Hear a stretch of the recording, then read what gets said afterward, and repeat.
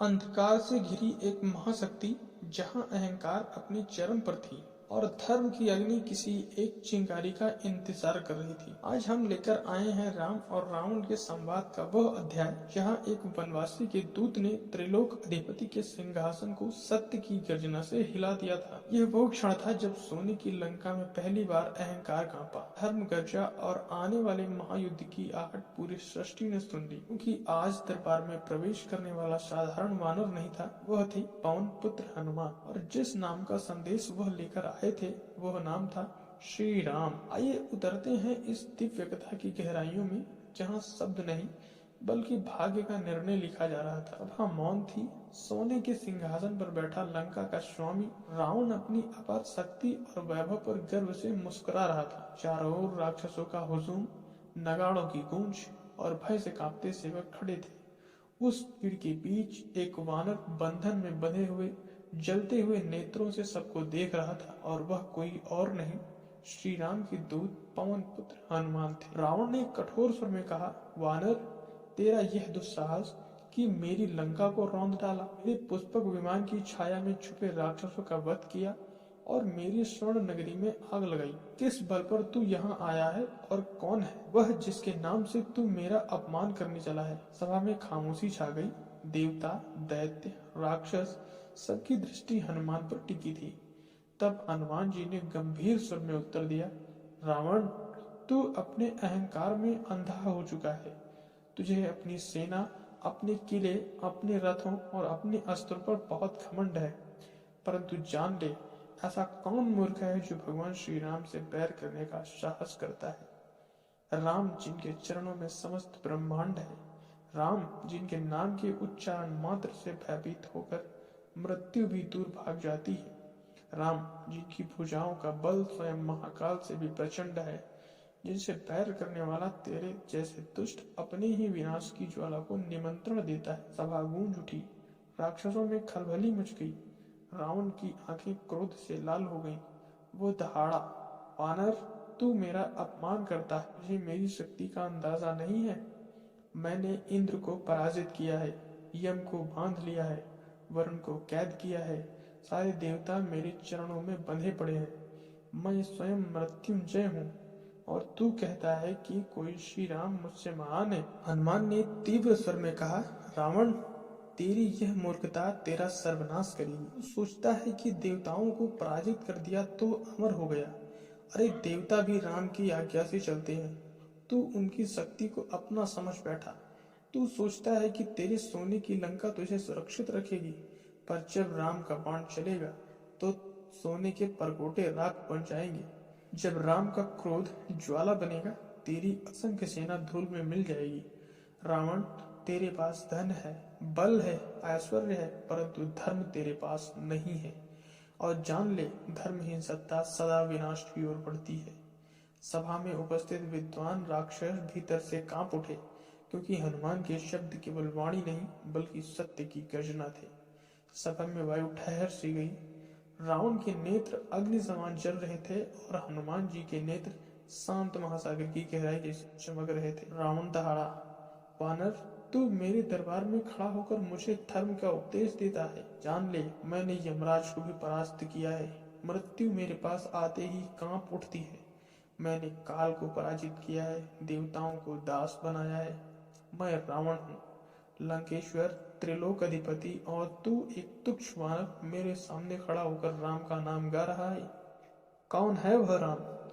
कहाँ है उसकी सेना? कहाँ है उसका वैभव? वह तो वन वन भटकता है, एक स्त्री के वियोग में रोता फिरता है। क्या वही तेरे अनुसार धर्म का रक्षक है? सभा में राक्षसों ने फिर से ठहाका लगाया। नगाड़े बजने लगे।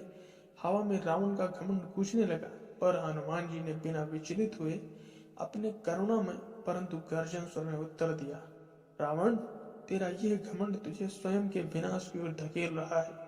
तू राम को केवल वनवासी समझता है, क्योंकि तेरी दृष्टि केवल सोने और वैभव तक सीमित है।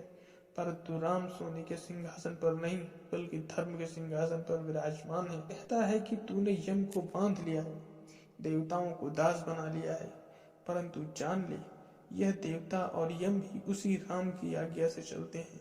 उनकी शक्ति स्वतंत्र नहीं, वे सब राम की इच्छा के अधीन है। और तू मूर्ख है जो उनकी पराजय को अपनी विजय समझ रहा है।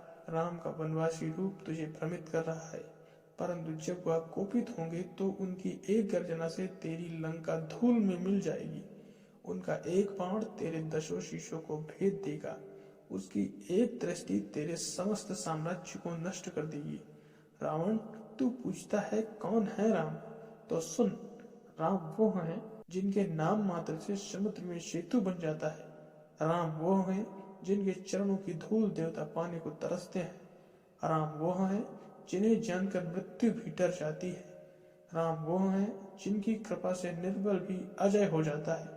और तू, तेरा संपूर्ण साम्राज्य, तेरी सेना, तेरी शक्ति राम की दृष्टि मात्र से तिनके समान बिखर जाएगी। क्योंकि ऐसा कौन मूर्ख है जो भगवान श्री राम से बैर करने का साहस करता। सभा गूंज उठी। हनुमान जी के शब्दों से मानो आकाश कांपने लगा। राक्षसों की हंसी थम गई, जो अभी तक रावण का गुणगान कर रहे थे, अब भीतर से सहम खड़े थे। कुछ राक्षस धीरे धीरे बुदबुदाने लगे, यह वानर साधारण नहीं, इसकी वाणी में देवत्व है। राम का नाम इतना प्रचंड क्यों प्रतीत हो रहा है?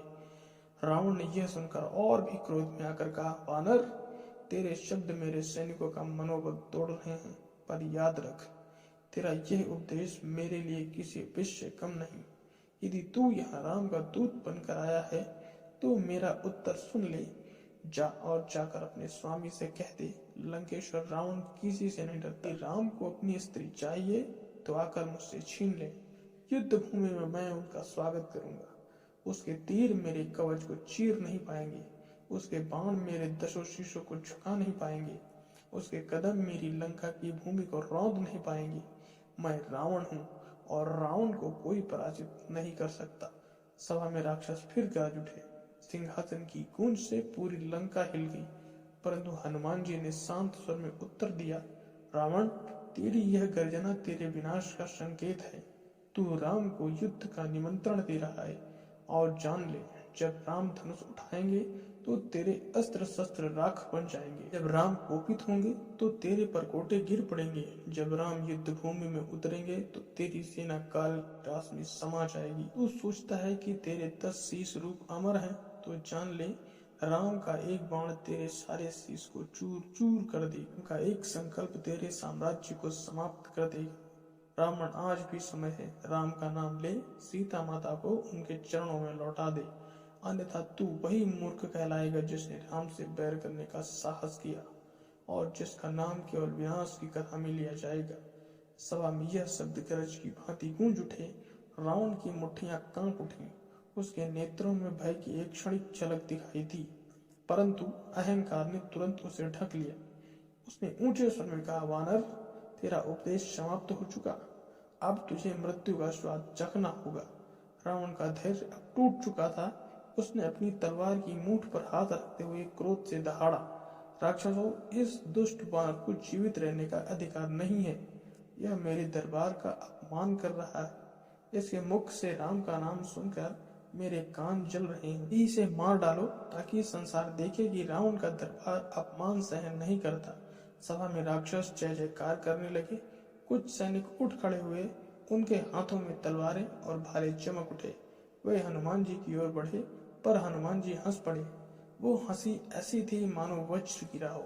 उन्होंने ऊंचे स्वर में कहा, रावण, तेरी मूर्खता और तेरा अधर्म अब चरम पर पहुंच चुका है। तू दूत का वध करने का आदेश दे रहा है। क्या तुझे शास्त्रों का स्मरण नहीं?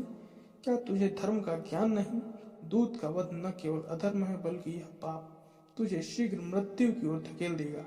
तू सोचता है कि मुझे मारकर राम का संदेश समाप्त कर देगा। अरे मूर्ख, मैं तो केवल दूत हूँ। अगर तू मुझे मार देगा तो स्वयं राम तुझे मारने आएंगे। फिर तेरा यह दरबार, यह सेना, यह स्वर्ण लंका सब राख में बदल जाएगा। सभा में सन्नाटा छा गया। राक्षस सैनिक रुक गए, क्योंकि हनुमान के शब्दों में धर्म का सत्य गूंज रहा। रावण ने उनकी झिझक देखकर और भी गरज कर कहा, डरो मत, यह वानर केवल शब्दों का खेल दिखा रहा है, इसके प्राण निकाल लो। तभी रावण का छोटा भाई विभीषण आगे बढ़ा। उसने हाथ जोड़कर कहा, भैया, दूत का वध कभी नहीं किया जाता। वह शास्त्र और धर्म के विरुद्ध है। वानर अपराधी है, परंतु यह राम का संदेश लेकर आया है। इसका वध करने से केवल अपराध ही मिलेगा। सभा में यह सुनकर सभी राक्षस चुप हो गए। रावण की भौहें तन गई। उसने विभीषण को घूरते हुए कहा, विभीषण, तू हमेशा मेरे मार्ग में बाधा क्यों बनता है? यह वानर मेरी लंका चलाकर आया है, मेरे दरबार में मेरे मुंह पर अपमान कर रहा है और तू इसके जीवन की भीख मांग रहा है। विभीषण ने विनम्र स्वर में कहा, भैया, धर्म का पालन ही राजधर्म है और दूत का वध किया तो हमें पाप और लगेगा और शीघ्र नष्ट कर देगा। इसे दंड दो, अपमानित करो, पर इसका वध मत करो। रावण कुछ क्षण सोच में पड़ गया, फिर उसके मुख पर एक भयानक मुस्कान फैले। उसने कहा, अच्छा तो ठीक है, वानर का वध नहीं होगा पर इसका अपमान अवश्य होगा। इसकी पूंछ जलाओ, इसके अभिमान की ज्वाला इसी में भस्म कर दो। देखिए राम का दूत लंका की गलियों में जलते हुए कैसे दिखता है। सभा में राक्षसों ने जोर से गर्जना की। वे दौड़कर तेल और कपड़ा लाने लगे। हनुमान जी की विशाल पूंछ कपड़े से लपेटी गई, तेल से तर किया गया। फिर रावण ने आदेश दिया, इस वानर की पूंछ को अग्नि दिखाओ ताकि यह अपने स्वामी राम को लौटकर बताए कि रावण का अपमान सहने का परिणाम क्या होता। राक्षसों ने मसाले उठाई और हनुमान जी की पूंछ में आग लगा दी। पूरे दरबार में अग्नि की लपटें नाचने लगी।